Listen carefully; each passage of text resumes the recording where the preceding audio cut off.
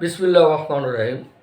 পবিত্র ঈদুল আজহা উপলক্ষে গৌরনদী উপজেলা এবং পৌরবাসীকে বাংলাদেশ সরকারের মাননীয় তথ্য ও সম্প্রচার মন্ত্রী এম জহিরুদ্দিন সুমন ভাইয়ের পক্ষ থেকে ঈদের শুভেচ্ছা, ঈদ মোবারক।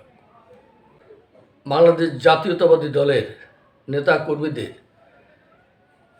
একটা কথাই স্মরণ রাখতে হবে, এই দল যেহেতু মানুষের সেবায় নিয়োজিত এবং এই দলের নেতাকর্মীরা সমাজের অবহেলিত এবং বিভিন্নভাবে অসহায় পরিবারগুলো আছে, এদের পাশে দাঁড়ানো এবং তাদের সুখ দুঃখে পাশে দাঁড়ানো, এটাই আমাদের অঙ্গীকার হোক। ঈদুল আজহা আল্লাহর তরফ থেকে একটি জিনিসে আমাদের শিক্ষা দেয়, সেটা হলো ত্যাগ।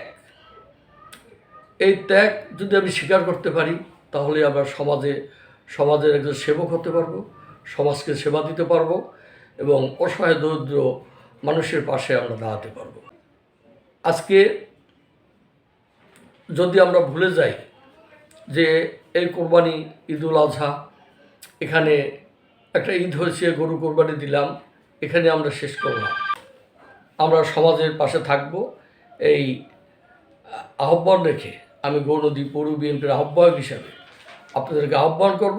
আমরা অসহায় গরিব দুঃখীর পাশে থেকে জনগণের সেবা করব, এই আশা প্রত্যাশা রেখে আপনাদের আহ্বান জানিয়ে সর্বস্তরের নেতাকর্মীকে ঈদের শুভেচ্ছা জানাচ্ছি। ঈদ মোবারক।